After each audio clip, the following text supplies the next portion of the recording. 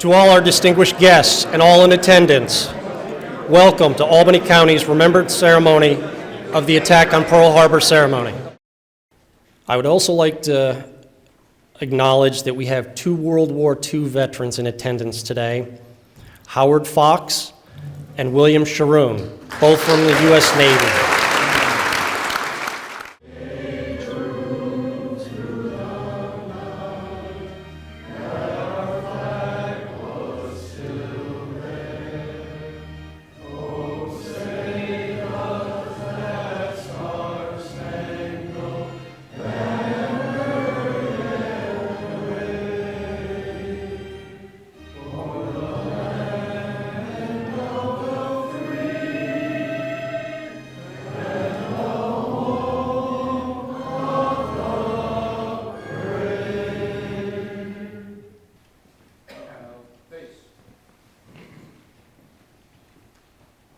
Present arms.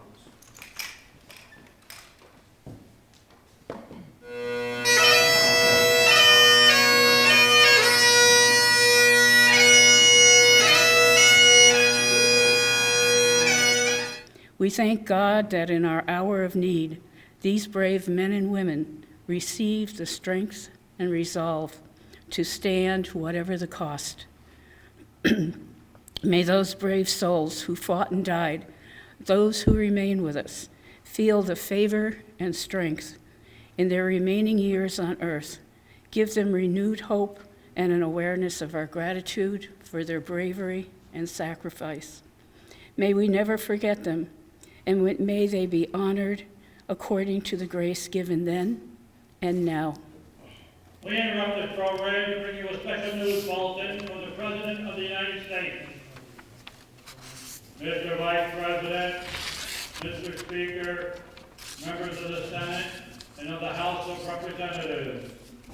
Yesterday, December the 7th, 1941, a date which will live in infamy.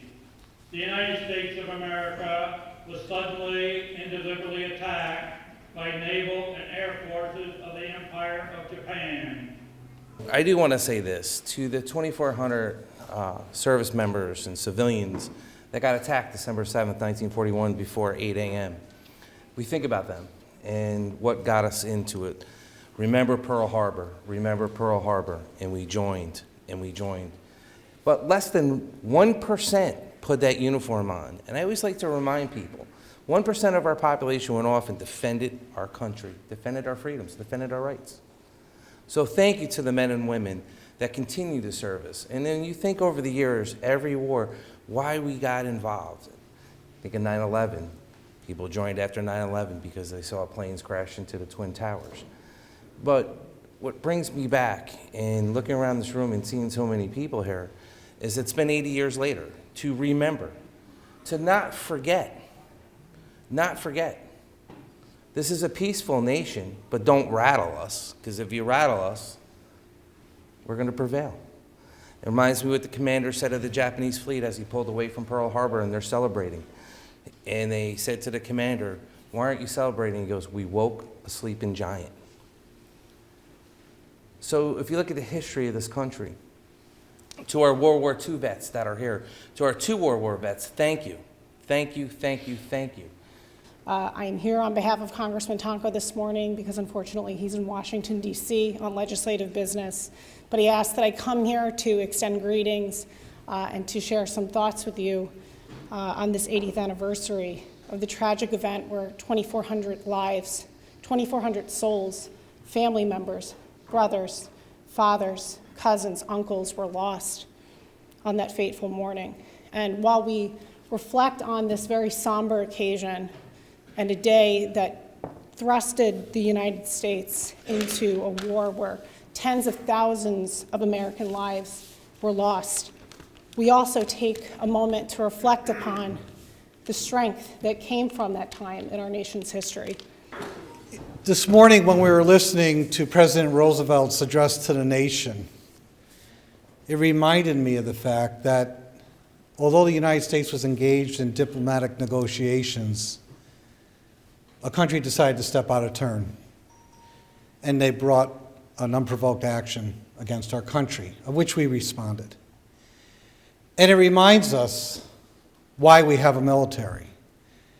It reminds me of why men and women like yourselves gathered here today at some point made a decision to stand up and serve the country. We owe you a debt of gratitude, and we thank you for your service. Good morning. It's a true honor to join you this morning, a true honor to be here. And I wondered before I raced over this morning on time, thank you,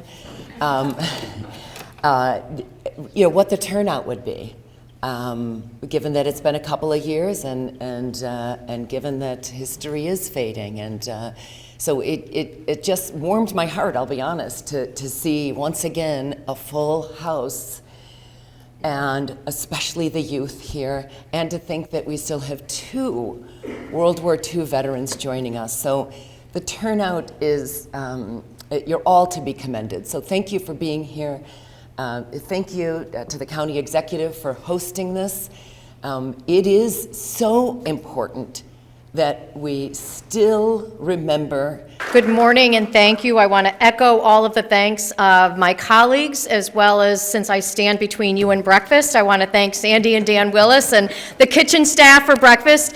You'll be getting it soon enough. And I want to join in really emphasizing the importance of us coming together to remember the 2,403 souls that were lost, to remember the fact that notwithstanding 2 battleships permanently destroyed, 188 aircrafts, we took a real beating, and this country rose to that challenge.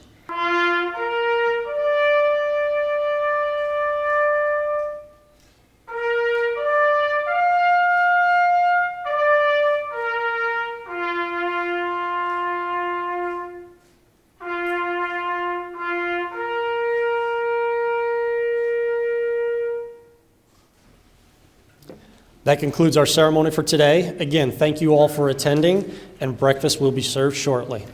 Enjoy.